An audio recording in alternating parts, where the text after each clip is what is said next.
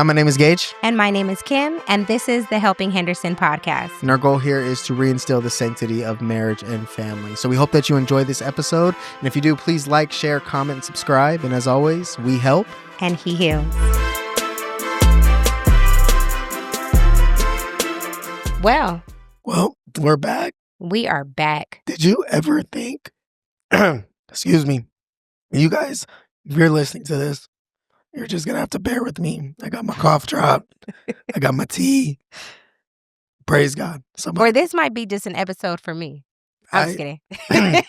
Actually, I feel like people would prefer that. No, absolutely not. I can't. I don't want to do this without you. You can. But I don't. But I don't. At all. No, but we're back for season 2. Yeah. This is wild. This is wild. I never thought we'd be back for season 2. And you know what just dawned on me? What? In everything that has transpired in our lives in the last year, like God is just so grateful, and we've been able to have like God has just used this platform. Yeah. Like God is using his platform for what he wants and what he wills in it. Yeah. And within the past year, I think it's just such an honor. Yeah. Just such an honor to know that God is healing people. Yep. He's moving through people. Yeah. He is blessing people. And I've truly heard and come to find out that people have been praying for answers, for certain things, for certain needs. And God has answered those people's prayers in such a wonderful, mighty way. And so, but I just want to drive home, season 2 belongs to God. Yeah. This platform belongs to God. Yeah. Our voices belong to God. Yeah. It's his. We're merely, it's merely on loan. Right. It's merely on loan. It's not ours. And then we give it back to him, and then he does whatever he wants with it. But a part of the reason for us, why we have been so overly thoughtful about stepping into this type of platform. Yeah. Overly thoughtful about, and this is why God genuinely had to put us in a position where we had no other choice but to do what we're doing. Yeah. And I think a lot of the reason too why it can take so much time for people like us to overcome our marital struggles is because the impact our childhoods had on us. Oh yeah. Oh yeah. There's a reality that your childhood experiences are going to have a great impact on your adulthood experiences and your understanding of relationship, your understanding of career, money, finances, politics. It's your childhood experiences essentially give you the entire framework and blueprint to who you are to become. I mean, if you think of it, building a house, right? Your childhood is the foundation. Yep. Once that foundation is built, then you frame out the house and what it's going to look like. Yep. And then so by the time you're 18, you have the foundation and the frame built. And then now you have an opportunity. Yeah. Which really probably actually starts at 14 to start building what this house is what the rooms are going to look like, what you're going to decorate it like. And because if you notice what you were at 14 to 24, the rooms in your quote unquote house, if you follow me with that analogy, look completely different. Absolutely. And then at 34, they look completely different again. Yeah. But there is that foundation and framework of the house that is long standing. And so some people, I feel like they are, in me, let me just say for Gage, and I think in our marriage, we are trying to navigate certain experiences within our marriage and family, and we're running into walls, but not asking the question, who put this wall here? Yeah. Where did that come from? Why I'm running into a wall over and over again, but I haven't taken a step to say, what is the purpose of this wall? What is the function of the wall? Yeah. And then you even notice with some in housing structures, and I'm not a contractor or anything like that, so please, nobody judge me. But there are some walls that you can remove. Yeah. And they're not structurally they're not foundational to the structure of the home, so they won't impact or damage the home. There are also areas and walls where you can put up a wall here and it's not going to impact the home. Yet there are some walls, there are some beams that if you hit that wall, the foundation, the home is going to crumble. And so all that to say, for you, what do you believe some of the childhood experiences that you had that created your foundation, your structure, and what were some that, you realize, okay, this one is not going anywhere, but then some of these I do have to get rid of, or I do have to rethink, and especially how they even impacted our marriage and family. Well, I would say a lot of mine were my core beliefs of like really knowing who Kim is, right? So what I mean by that is that there were a lot of things that I picked up about myself that I did not give to myself. Like I had low self-esteem, but that wasn't because of the fact that I like wanted to. I didn't have someone who poured into me and told me that I was validated or I was But beautiful. you had a mom and a dad. But I had mom and a dad.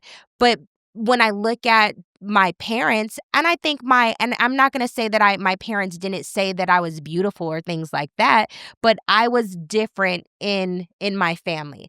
I was, I would say I was the girl who I had tomboy tendencies, or I had different things like that, or I had the ugly duckling phase. I had different phases where I don't necessarily feel or remember me being called beautiful a lot. You know what I mean?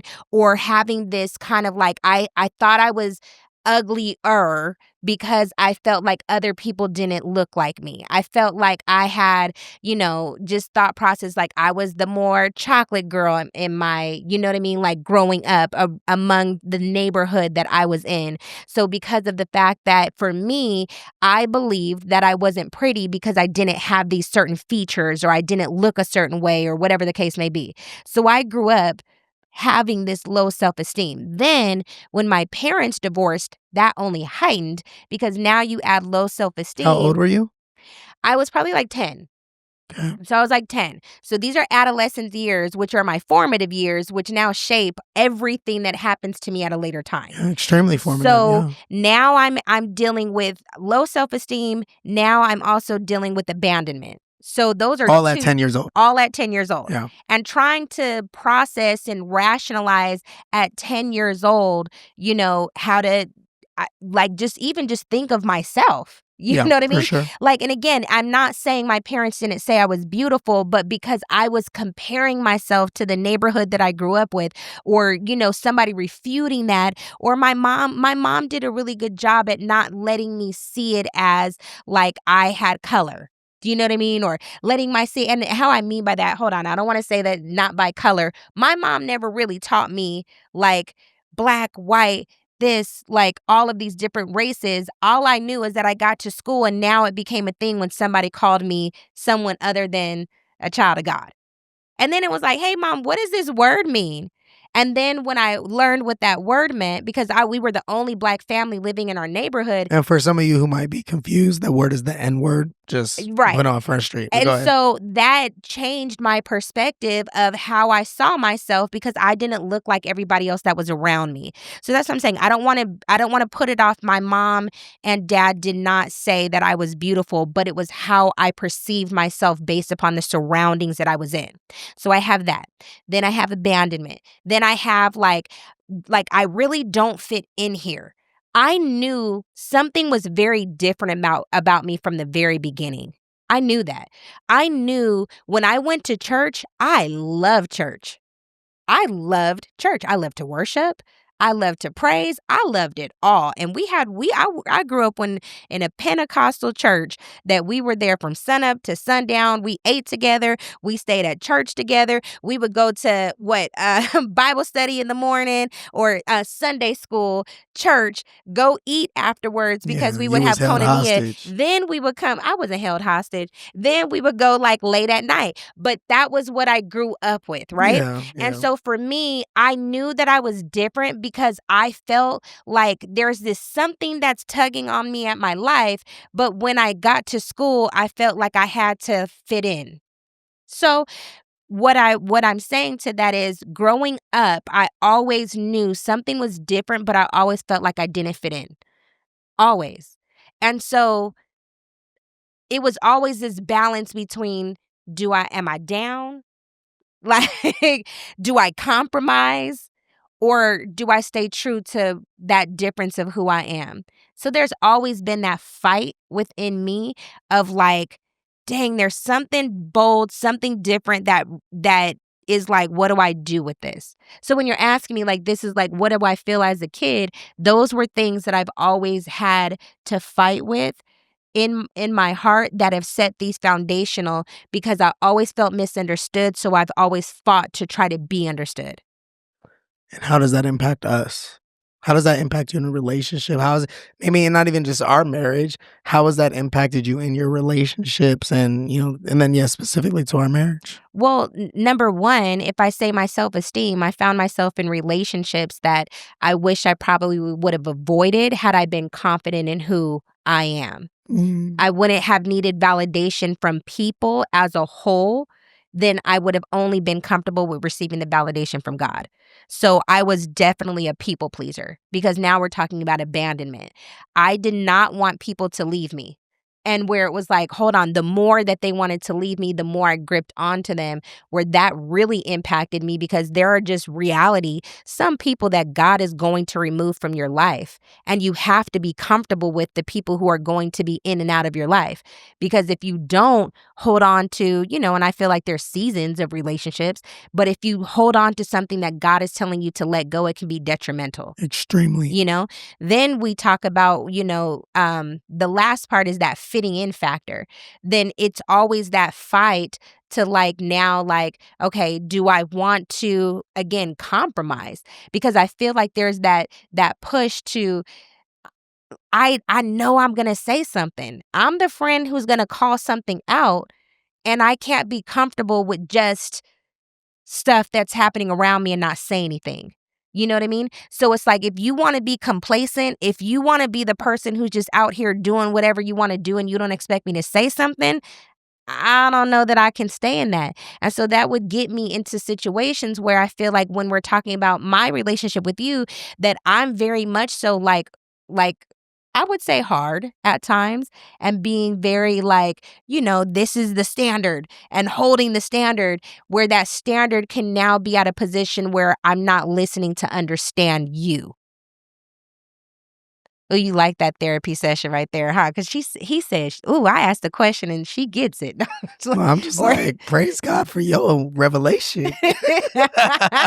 and sometimes where you got to realize like your standards, like, and I'm again not saying that the standards shouldn't be No, upheld, no, but yeah. it's about how I articulate like the standard, but to still understand you. Yeah, and I think what you're saying is, though, what takes priority, the standard or the heart? That part. Like, if I am in this relationship, I'm in a marriage. Now, if you're in a relationship and you're just dating, the standard is the The standard, standard is the standard.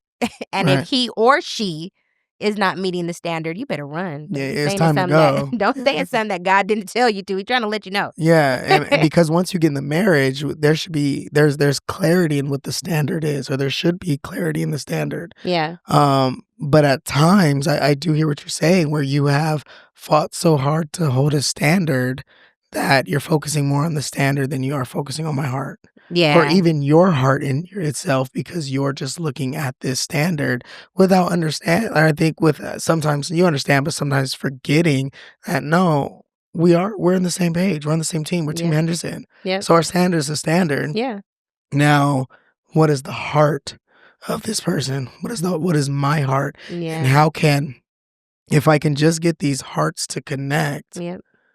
then, because if I could just get these hearts to connect, then what will happen is the standard will naturally be upheld Yep. Absolutely. because the standard is already agreed upon. Yeah. Now it's in relationships where they they're very confused about the standard. Yeah. Or the relationship wasn't built on a standard. So good. It was just built on God told me you're gonna be my wife. Which is like, wait a minute, but did God confirm it in our lives? Did God tell me you was gonna be my husband? Like, you know what I mean? Right. Like, or Hold on, but you know what? That's a good point that you just said. If I can just unpack that for a second. And the reason why I say that is because I remember being told that same foolishness, right?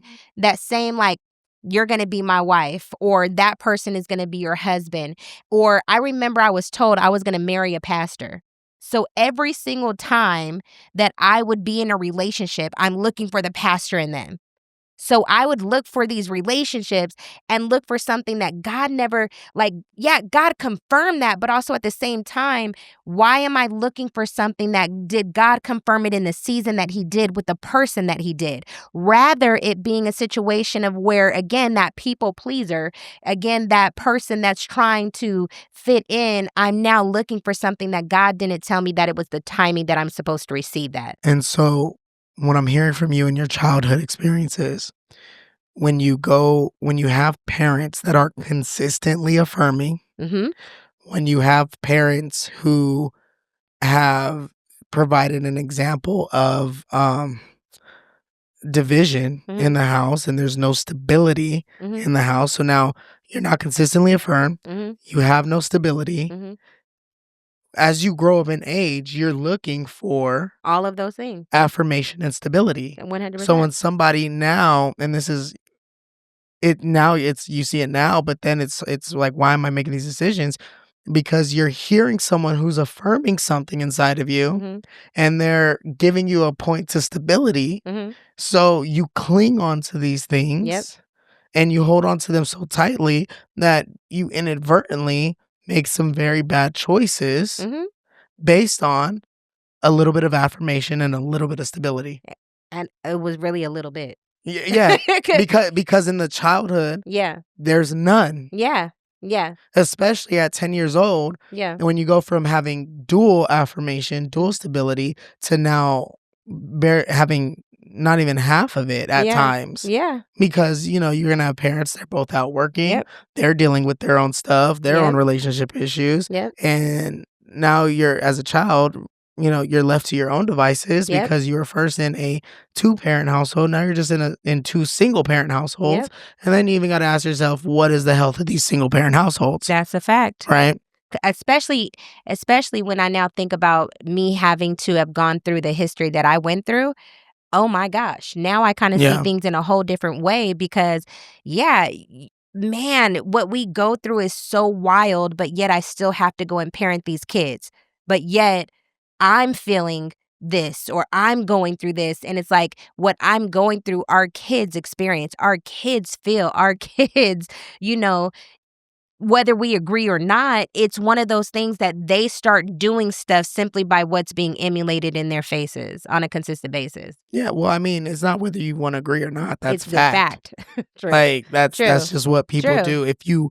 If you work at a location or organization for however long you work there, the longer you work there, the more you're going to fall into the culture of what is going on there. That's right. And so, I think I've said this example before is like our middle child didn't start apologizing until apologizing was modeled in the home. So good. And now she knows how to apologize. Yeah. And then, but also, and this is just how interconnected we all are, is that we can all feel each other. I think the issue is a lot of people have like negated and minimized feeling and emotional processes. Now, it's what I always say in all the work that I do clinically is let your feelings be your guide, not your God. Because our feelings shouldn't rule us, but they should give us an understanding of where to go and how to move forward. Reason why that's so important within our childhood homes is because if I'm feeling and emoting, whatever that may be, I can't be ignorant to believe that I'm not going to project that feeling and emotion onto my own children. Or as an adult now, maybe looking at what some of the experiences were in my home that were projected and onto me. So let me ask you that. Where are you at with Like, what are some of those things that have been built in your foundation that has shaped you within our marriage today? Yeah, so for me growing up, um, it was a lot of instability. I always had housing. Like that was never an issue, but I moved a lot. Mhm. Um from birth to about 6, 7 years old. So in the span of 6 years, I probably lived in 6 different homes, 'Kay. right? Still within a home, but then also from my personal experience is that, then at 4 years old, I'm exposed to pornography, and at 6 years old, I am sexually abused. Mm. And so for me, safety is it's confusing 'Kay. because I never really know what true safety is or when I really am safe, or there's times that I'm fighting for safety when I already have it, but I don't feel safe. Mm. And so that safety can be emotionally, physically, mentally, just points of safety and being me and who I am. And so how that impacts us is that, if I'm talking to you and I'm kind of the anomaly of men because I'm a therapist. So I'm very cerebral. Um but then also single mother raised, very empathic, very I understood emotions from my mom, right? And I was always around her and her female friends. So I just had a lot of exposure to emotions. So sometimes with you, like I just really want to be understood emotionally. Mm. Um, and then I think, and while I'm being cerebral and trying to be understood emotionally, I'm not being emotional, Mhm. but I am trying to be understood emotionally. Mhm. I noticed that you, because you're naturally a woman, can be emotional Mhm. and maybe assuming or presuming that I'm asserting my emotions over yours or not receiving your emotions because I'm operating in emotional space with you, Mhm. which for most women is uncharacteristic of their men, I Yeah. believe. Yeah. And then so now what happens that communicates to me, well, I'm not safe. Mm. And that's when I get triggered. That's when, we have some of our biggest fights is just because of that lack of safety. Mhm. But it stems back to in my childhood, Mm. I didn't really have experience or feel much safety.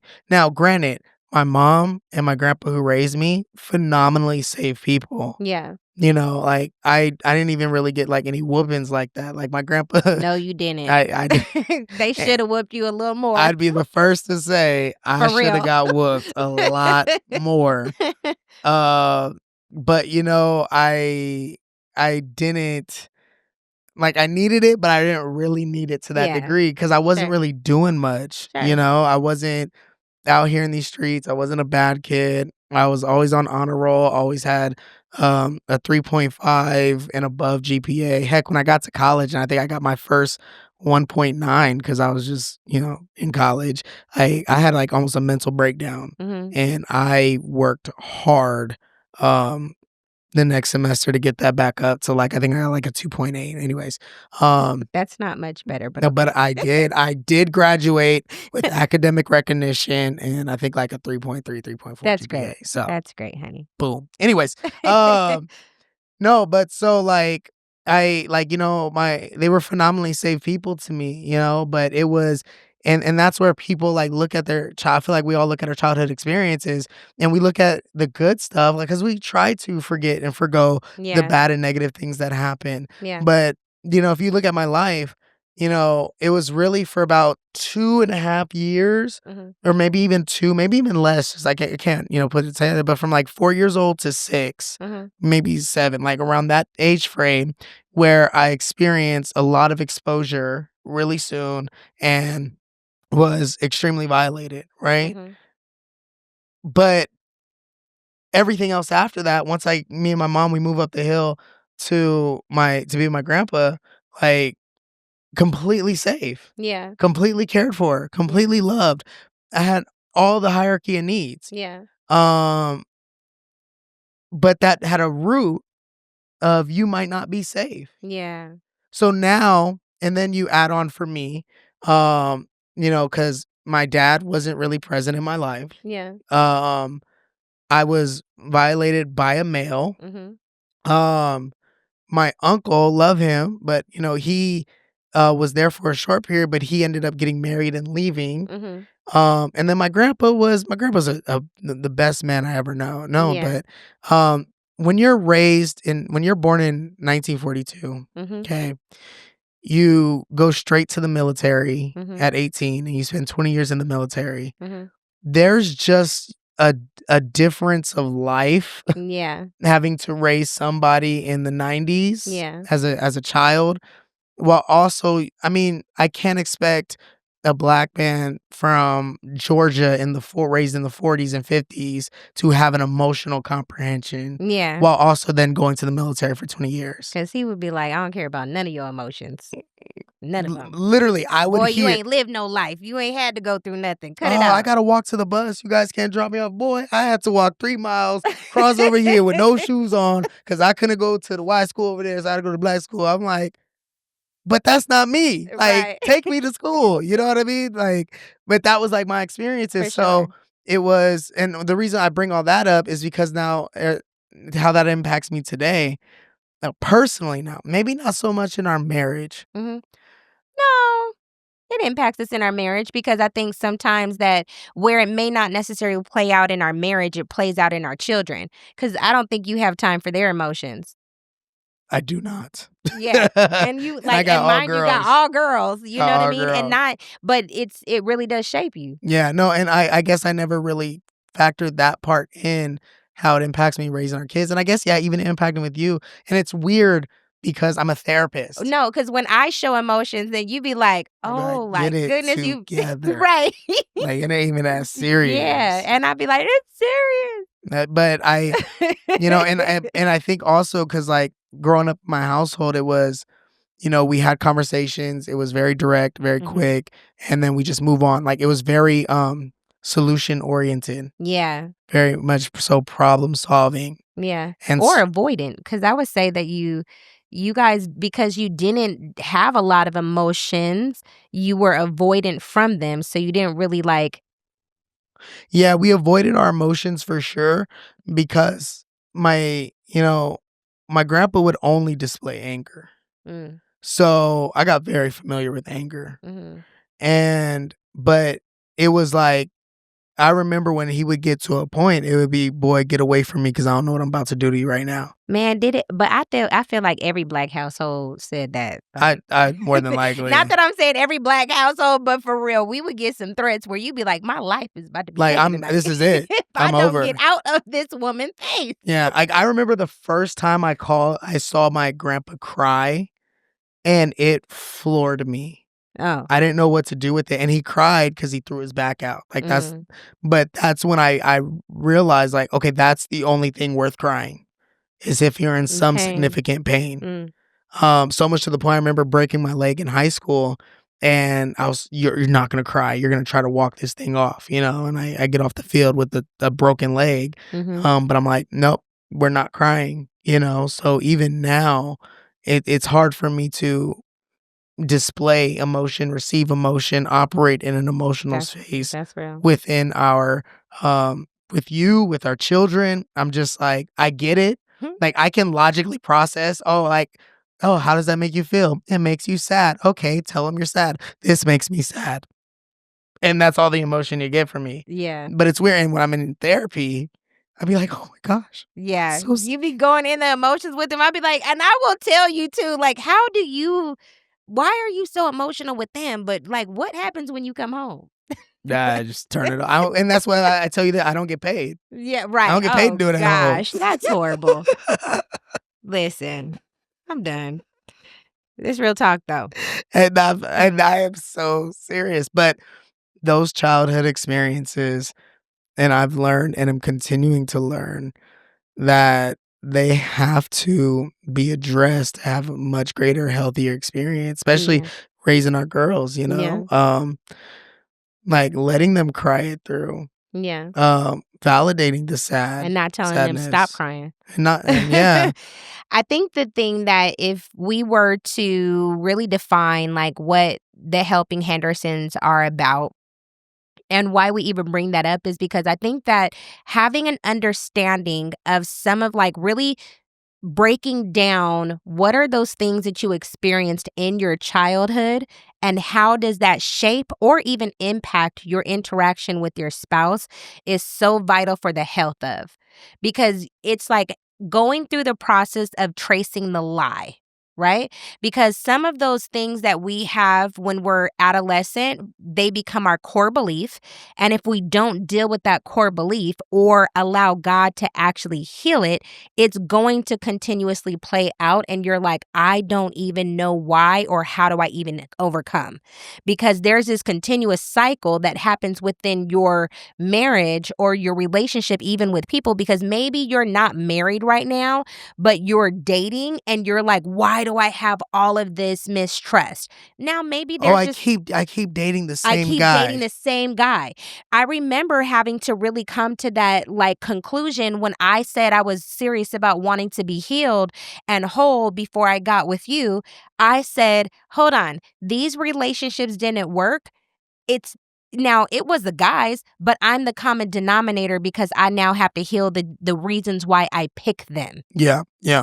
Because if I didn't kind of start looking into those foundational things when I was a kid, I would have stayed in some of these unhealthy relationships and patterns and not been able to find healthiness within myself first, Mhm. my relationship with God most importantly, because if I couldn't hear him, understand him, and be able to know like, God, is this the one? And you say no, and me be able to be like, okay, cool, you don't want them in my life, I'm done, let me walk away and not be like think it's Kim that was something wrong with me because this didn't end up in a marriage. No, they're not supposed to be with you because of the fact that this marriage or this relationship would have continued to damage something or reinforce something in me that wasn't supposed to be there. Yeah, and it's not just unlearning what has happened, Yeah, it's healing what happened. that part. Because what a lot of people aren't understanding and what we didn't understand is that we really, perfected what was done in our childhoods. Mm, Like, we perfected it to a T because 'cause we're watching it every day, we're experiencing every day, we're getting familiar with it, and we're learning that to some degree, it works yeah, because it's all you know. yeah, So, that's a fact. you take what works It's functional. It's yeah, not that it works. It's functional. Just like a functioning alcoholic or a functioning somebody with an addiction, I can still function but still have this right? brokenness inside of me So, you've somewhere. perfected it, and Yeah, now what you've perfected, you perpetrate. that part. Ooh, And now you have to go through the process of understanding, okay, if I'm single, before I get into this relationship, yeah. this next relationship, or maybe I'm in a relationship, hold on. Let me just take a moment Yeah. and let me do an inventory of childhood. Yep. Ooh. Let me just do an inventory Yeah. of your childhood. Yeah. And or, I'm in a relationship or I'm single parenting or whatever the case is. Now, what am I perpetrating over here? Because the reality is our kids are only going to do what they know Yeah. and what they see. Yeah. So it's like, but I take so much pride and joy in it because right before we even filmed this episode, our middle is like, can you call him babe? Yeah. Can She really mom, did. can you Can call you him call him babe? Say babe. Yeah. daddy? Can you call her baby? Can you call Yeah. her baby? So it's like perfect, Yep. perfect. There are things that because I didn't see that at all. Yeah. My mom was single. Yeah. She had dated relationships and she got married to some terrible men. But Yeah. even then, I didn't see that. Yeah. But now it's Fair. like, okay, we get to heal Yep. because you don't unlearn things. You've learned it. Now you just have to heal through it, process it differently. And then once you heal that, you take the inventory, you heal. Now you can look forward and say, okay, what am I going to do differently? So good. So, Well, you want to close it out? no, I'll save my voice. Look, all right. I would say the one thing that we stand on is that we want you to continue to carry the conversation. The conversation doesn't end when we do. We want you to know that, listen, we may help you, but really the one who heals is only God and Jesus Christ alone. That's it. It's only Him. And so at the end of the day, we help, but He heals. I would even say one of the biggest things that you can ever do with this podcast is share it. We need you to like it. subscribe, and comment, because that's how the word gets out. If you like this, content, you like what we're doing and what we're trying to just really push out to the world, liking, sharing, and commenting is going to be the way that it can get the word out. So again, continue the conversation. We're so honored and thankful that you are back with us. And maybe you're new to us, but whatever it is, we're blessed and we're honored to even be able to be a part of your life every day of the week. So God bless y'all. I look forward to seeing y'all next week.